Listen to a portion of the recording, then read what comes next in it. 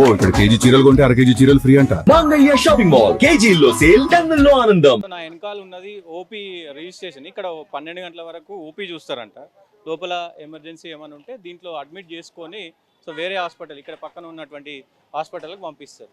So ఈ hospital అంతా లోపల బాగానే ఉంది, ఒక రకంగా ఉన్నటువంటి పరిస్థితి. సో హాస్పిటల్లో సో ఇక్కడ మీరు హాస్పిటల్ బయట కొంత గమనిస్తే సో మీరు ప్రధానంగా ఇక్కడ చూడొచ్చు. సో ఈ విజువల్స్ చూడొచ్చు మీరు.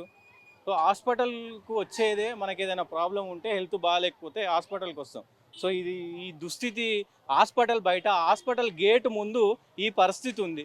సో ఈ పరిస్థితి వల్ల మరి చిన్న పిల్లలు, అప్పుడే పుట్టిన పిల్లల నుంచి దాదాపు అందరూ కూడా ఇక్కడికి వచ్చి ట్రీట్మెంట్ తీసుకునే పరిస్థితి ఉంటుంది. సో బయట పరిస్థితి ఇట్లా ఉంది. సో ఎంత ఇది దుర్మార్గమైనటువంటి పరిస్థితి, ఎంత నీచమైనటువంటి పరిస్థితి. సో కనీసం ప్రభుత్వం, జిహెచ్ఎంసీ అధికారులు ఏం చేస్తున్నారు, ప్రభుత్వం ఏం చేస్తుంది, అటువైపు కొంచెం ఫోకస్ చేయ వెంకట్. సో అటువైపు చూస్తే కూడా మొత్తం అటు కూడా అదే పరిస్థితి ఉంది. సో ఈ హాస్పిటల్ దగ్గర, నీలఫర్ హాస్పిటల్ దగ్గర ఎంత ఘోరమైన సిచ్యువేషన్ ఉంది, అసలు చాలా దయనీయమైనటువంటి పరిస్థితి.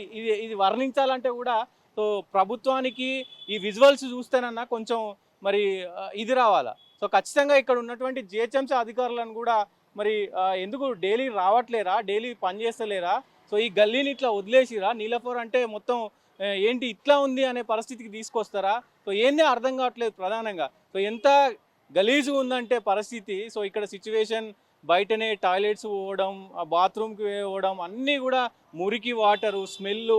సో ఇక్కడికి వస్తే ఖచ్చితంగా సో ఏదైనా జబ్బు అంటే చిన్నపిల్లలకి ఏదైనా జబ్బు ఉందని వస్తే ఆ పిల్లోడు మరి మళ్ళీ ఈ జబ్బుతో ఎక్కువ మరి ట్రీట్మెంట్ తీసుకునే అవకాశం కనబడతా ఉంది. సో జిహెచ్ఎంసీ అధికారులు దీనిపైన ఖచ్చితంగా స్పందించాల్సిన అవసరం ఉంది. సో మరి జిహెచ్ఎంసీ సంబంధించి ఇక్కడ ఈ మొత్తం దాదాపు ఈ ఏరియా అంతా కూడా ఇదే పరిస్థితి కనబడతా ఉంది. ఎక్కడ పడితే అక్కడ మొత్తం చెత్త చెదారం, మురికి వాటరు, మొత్తం వాష్రూమ్కి సంబంధించి మొత్తం ఇక్కడ ఒక పబ్లిక్ టాయిలెట్స్ కానీ, పబ్లిక్ సంబంధించినటువంటి ఏ వ్యవహారం కూడా ఇక్కడ లేదు. ఎక్కడ పడితే అక్కడ సో ఎవరు చూడకపోతే అక్కడ మొత్తం కూడా ఇదైపోతున్న పరిస్థితి కనబడుతూ ఉంది. సో జిహెచ్ఎంసీ అధికారులు అసలు ఏం చేస్తున్నారు, ఇక్కడ మొత్తం చెత్త పడేసిరు. పక్కనే ఎదురుగా హాస్పిటల్, నీలఫర్ హాస్పిటల్. సో చిన్నపిల్లలు ఉంటారు, అప్పుడే పుట్టినటువంటి బిడ్డలు ఉంటారు, అప్పుడే జస్ట్ జన్మనిచ్చినటువంటి బిడ్డలు. సో మరి ఈ పరిస్థితి ఉంటే లోపల ఈ ఈగలన్నీ గుట్లా ఆలినే పరిస్థితి ఉంది. సో ఇవన్నీ ఆలినే, అవి లోపలికి వెళ్ళి మరి వాళ్ళ మీద ఆలితే వాళ్ళకు జ్వరాలు అన్నీ ఇంకా రకరకాల జబ్బులు వచ్చే అవకాశం ఉంది. ఖచ్చితంగా దీనిపైన జిహెచ్ఎంసీ అధికారులు, ప్రభుత్వం ఖచ్చితంగా స్పందించాలా. ఆరోగ్య శాఖ మంత్రి కూడా దీనిపైన స్పందించాలా. సో దామోదర్ రాజనరసింహ గారు మరి ఆరోగ్య శాఖ మంత్రిగా పనిచేస్తూ ఉన్నారు. సో మరి ఆయన ఆరోగ్యాన్ని పట్టించుకుంటున్నారా లేదా, ప్రజల ఆరోగ్యం అవసరం లేదా ఏంటి అనేది కూడా చూడాల్సిన అవసరం ఉంటుంది. ఖచ్చితంగా దీనిపైన ప్రధానంగా ఆరోగ్య శాఖ మంత్రి దామోదర్ రాజనరసింహ గారు దీనిపైన స్పందించాలి.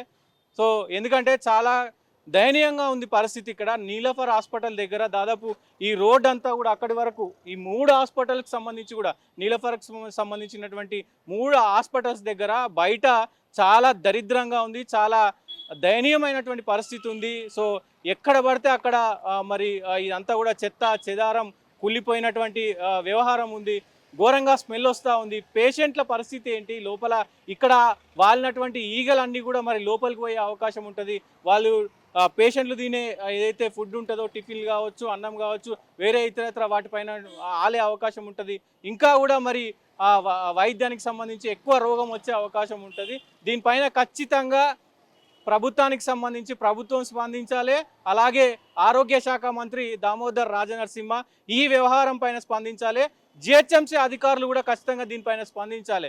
ఎందుకంటే ఈ వ్యవహారం చూస్తే సగటు మనిషికి కూడా చాలా ఇజ్జత్ అనిపిస్తుంది, చాలా గలీజుగా ఉన్న పరిస్థితి కనబడుతూ ఉంది. సో ప్రధానంగా ప్రజల కోసమే ఈ ప్రభుత్వం వచ్చింది, ప్రజల కోసమే పనిచేస్తుంది, ప్రజా ప్రభుత్వం అని చెప్తారు. సో కాంగ్రెస్ ప్రభుత్వం కొంత 3 సంవత్సరాలు అవుతుంది. సో మరి కొంచెం ఆరోగ్యం పైన, విద్య పైన ఫోకస్ చేస్తేనే వచ్చే ఎలక్షన్లో కూడా గెలిచే అవకాశం ఉంటుంది. లేదు మాకేమవుతుందిలే అనుకుంటే మరి మీరు కూడా మళ్ళీ ఓడిపోయే అవకాశం ఉంటుంది. ఖచ్చితంగా ప్రభుత్వం మాత్రం దీన్ని పట్టించుకోవాలి. సో మీరేమనుకుంటున్నారో సో మీకు సంబంధించినటువంటి ఏమైనా ఇక్కడ ఎక్స్పీరియన్స్ ఎలా ఉన్నాయో అవన్నీ కూడా కామెంట్ రూపంలో తెలియజేయండి. ఇంకా ఇక్కడ లోపల ఏమైనా సిచ్యువేషన్, సో నాకు తెలిసి కొంత ఈ ఆపరేషన్లకి 5,000, ప్రతి టెస్టుకు ఎంతో కొంత 2,000, 1,000 రూపాయలు. సో గేటు అంటే ఎంట్రన్స్లోనే గేటుకు 100-200 రూపాయలు తీసుకుంటున్నారు అనేది అయితే కంప్లైంట్స్ వస్తూ ఉన్నాయి. సో మీ ఎక్స్పీరియన్స్ ఏమైనా ఉందా? సో అది కూడా కింద కామెంట్ రూపంలో తెలియజేయండి.